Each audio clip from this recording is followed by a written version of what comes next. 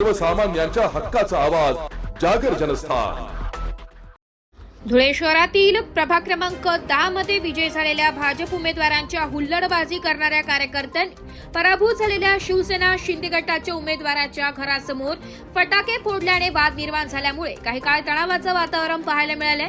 धुळे शहरातील प्रभाग क्रमांक 10 मध्ये शिवसेना शिंदे गटाचे उमेदवार शिवसेना शिंदे गटाचे महानगर प्रमुख संजय वाल्हे यांच्या पत्नी या निवडणूक लढवत होत्या। मात्र या प्रभागातून आज भाजपच्या उमेदवारांचा विजय झाल्यानंतर त्यांच्या घरासमोर जाणाऱ्या भाजपच्या कार्यकर्त्यांनी फटाक्यांची आतिषबाजी करत दगडफेक केल्याची घटना घडली आहे। पराभूत झालेल्या उमेदवाराच्या घरासमोर जल्लोष केल्याने दोन्ही उमेदवारांमध्ये वाद निर्माण झाल्याचं पाहायला मिळालंय। या कार्यकर्त्यांवर गुन्हा दाखल करून त्यांना तात्काळ कारवाई करण्याची मागणी संजय वाल्हे यांनी केली असून या ठिकाणी त्यांच्या परिवारासह परिसरातील नागरिकांनी ठिय्या आंदोलन सुरू केलंय। जागर जनस्थानसाठी प्रतिनिधी रूपक पिरारी, धुळे। काय सांगाल, काय नेमका प्रकार घडला? आज महानगरपालिकेची निवडणूक या ठिकाणी संपन्न झालेली आहे। या महानगरपालिकेच्या निवडणुकीमध्ये जे ईव्हीएमची पैदास काही जे निवडून आलेले आहेत, ज्यांचा जनसंपर्क नाही, परिसरामध्ये काम नाही, काही संबंध नाही, अशा काही लोकांना भारतीय जनता पार्टीने त्या ठिकाणी उमेदवारी देऊन ईव्हीएमच्या माध्यमातून त्यांचा जन्म घातलेला आहे।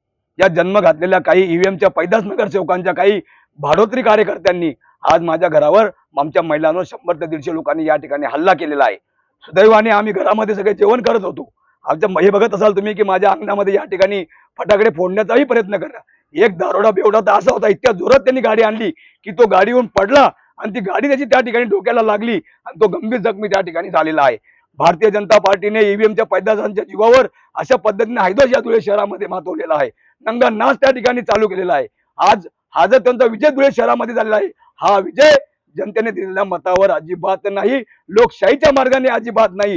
हे सगळे ईव्हीएमची पैदास या ठिकाणी लोक चौकामध्ये चर्चा करतायत की आम्ही मत हे काम करणाऱ्या उमेदवारांना दिलं, परंतु ज्यांचा काही संबंध नाही, ज्यांना कोणी ओळखत नाही, अशा लोकांना 5-5, 7-7 हजार मतं पडतात कसे काय। आणि म्हणून त्यांना माहिती आहे की काही करा, कोणाच्या घरावर हल्ले करा, कुठेही फटाकडे फोडा, कुठेही गुलाल उधळा आणि भारतीय जनता पार्टी आपल्याला त्या ठिकाणी काही संरक्षण देईल। आणि हे सगळं घडत असताना या ठिकाणी 5-25 पोलिस होते आमच्या घराजवळ, ती बघ्याची भूमिका घेत होते। हे काय लावलंय पोलिसांसमोर? ह्या भारतीय जनता पार्ट्यांच्या गुंडांचा हैदोस चाललेला आहे। मनोज मोरे जिल्हा प्रमुखांच्या घरावर त्या ठिकाणी हल्ला होतो, माझ्या घरावर हल्ला होतो, सतीश मालेंना त्या ठिकाणी टार्गेट केलं जातं। ही कोणती लोकशाही आहे? ही लोकशाही आहे का? भारतीय जनता पार्टीच्या गुंडांच्या भरोश्यावर यांनी निवडणूक लढवली। आणि तुमच्यामध्ये हिंमत असेल ना तर त्या ठिकाणी तुम्ही सामोरं जा निवडणुकीला। हा कोणता प्रकार आहे? जोपर्यंत ज्या गाव गुंडांनी आमच्या महिलांवर हल्ला केला, माझ्या घरावर हल्ला केला, माझ्या अंगणामध्ये या ठिकाणी फटाके फोडण्याचा प्रयत्न केला, त्या 4 लोकांचे नाव आम्ही पोलिसांना कळवले। त्यांना जोपर्यंत अटक होत नाही तोपर्यंत आम्ही लोकशाहीच्या मार्गाने या ठिकाणी आंदोलन हा चालूच राहणार आहे।